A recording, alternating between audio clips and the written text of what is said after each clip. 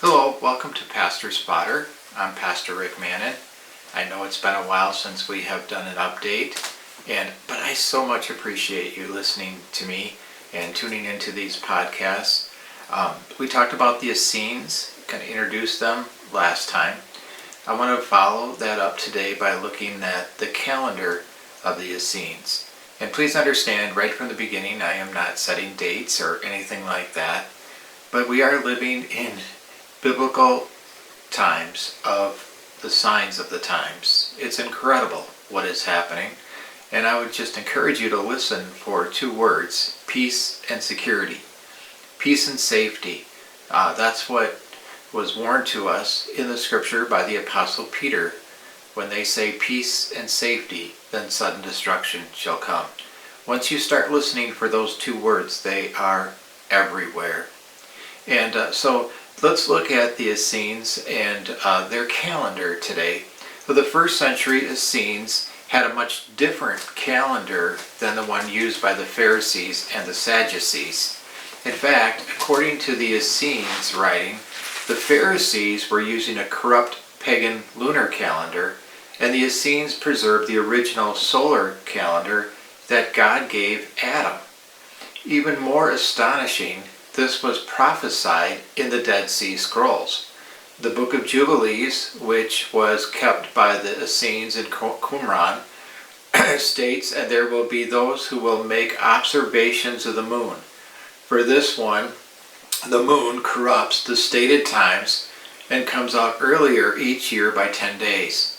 And in this way they will corrupt the years and will observe a wrong day as the day of testimony, and a corrupted festival day, and every one will mix holy days with unclean ones, and unclean with holy.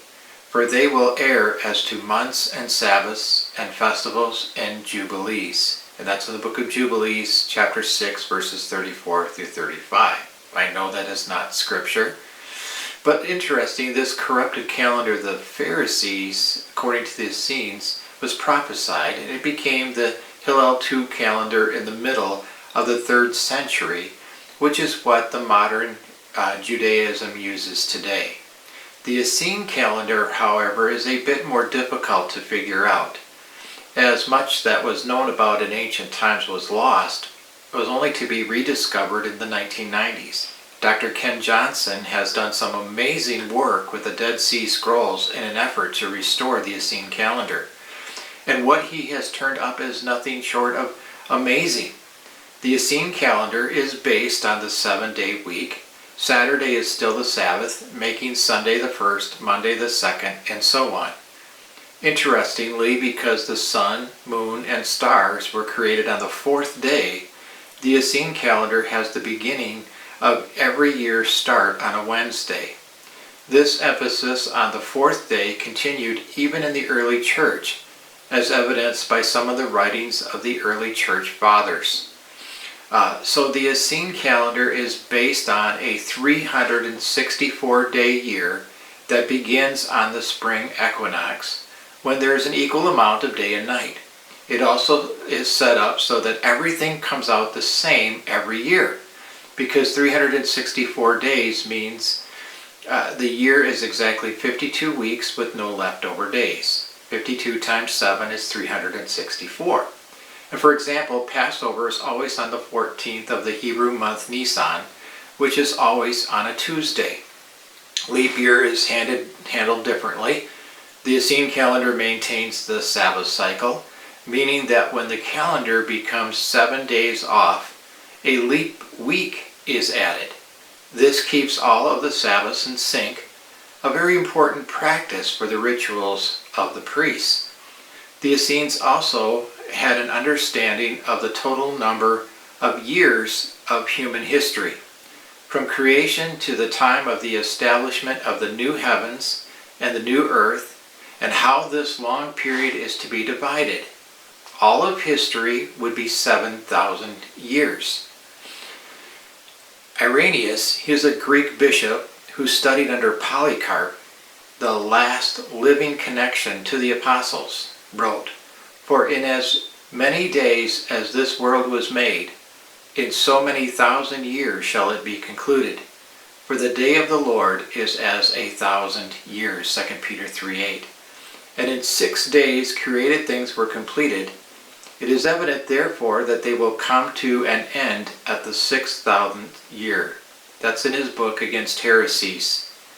So without going into this in detail, they thought the last Jubilee would start this year, 2025. A Jubilee is 50 years. We could be in the final age before the return of Christ, if their calendar is correct. And I'm not saying that it is. And again, I'm not setting any dates. But I think it is interesting that Jesus told us we should discern the times of the signs of the times. We can discern the sky, and we can predict weather as a result of that. Well, we should be able to predict where we are in Bible prophecy as we look at the signs that have been given to us. And again, there are no signs necessary for the rapture of the church. It is an imminent event. But if we see the signs of the second coming beginning to take place, we know the rapture is even closer. I would encourage you to watch and be steady. Watch the times, watch for the Lord's return, but also keep a steady outlook.